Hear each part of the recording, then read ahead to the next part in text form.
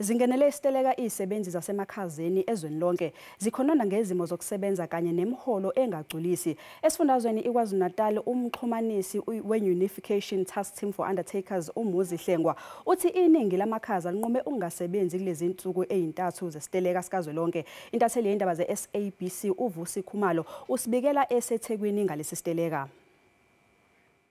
Yebo, silapha enkabeni edolobha eThekwini lapho khona inhlangano zabangcwabi zizoqinisekisa ukuthi ukulandwa kwemizimba noma kwezidumbu kwesokoma-moshwari ikakhulukazi lawa inhlangano ezimele akwenzeki. Namhlanje ke bakulesiteleka seyinsuku ezintathu iqala namhlanje umsombuluko kuze kube uLwesithathu.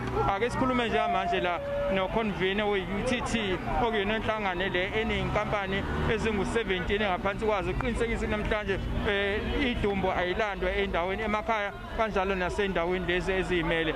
Sinomnumzane la umnumzana Muzi Hlengwa okuyena ophinda futhi abe umengameli weNAFUPHA. Awusitshele kabanzi la ukuthi kungani nihlela ukuthi nizoba la emgwaqweni namhlanje nibeka phansi amathuluzi. Njenge-UTT okuyinhlangano ehlanganisa zonke inhlangano ama-association abangcwabi awu-17 esewonke alapha ku-UTT. Uma ngabe kuyi-association recognized ikhona lapha ku-UTT.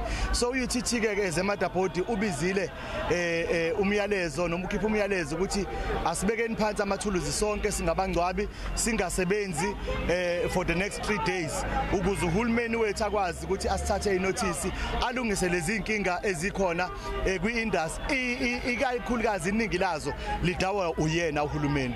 Iziphi lezo inkinga nje kafuku mhlawumbe eziwu-3? Mhlambe ake ngibeke leseduze kwenhliziyo yami. Mina mengiqala ibhizinisi bengingenalutho. Ngiqale nami ngisizwa ngabanye abangcwaba abakhulu kunami.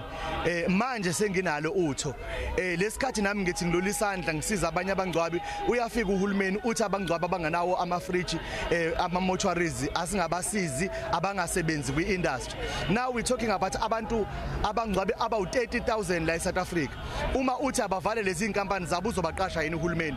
Labo bangcwabi baqashe abantu abangaphezulu kuka-300,000 la kwi-country. Njengoba umsebenzi ungekho naye uhulumeni ehluleka ukwenza amathuba omsebenzi, ubavimbelana abantu abayikhandela bona amathuba omsebenzi. Lona umnumzana Hlengwa okuyena convener we-UTT la KwaZulu-Natal. Sibonga kakhulu sibulela kunini mo.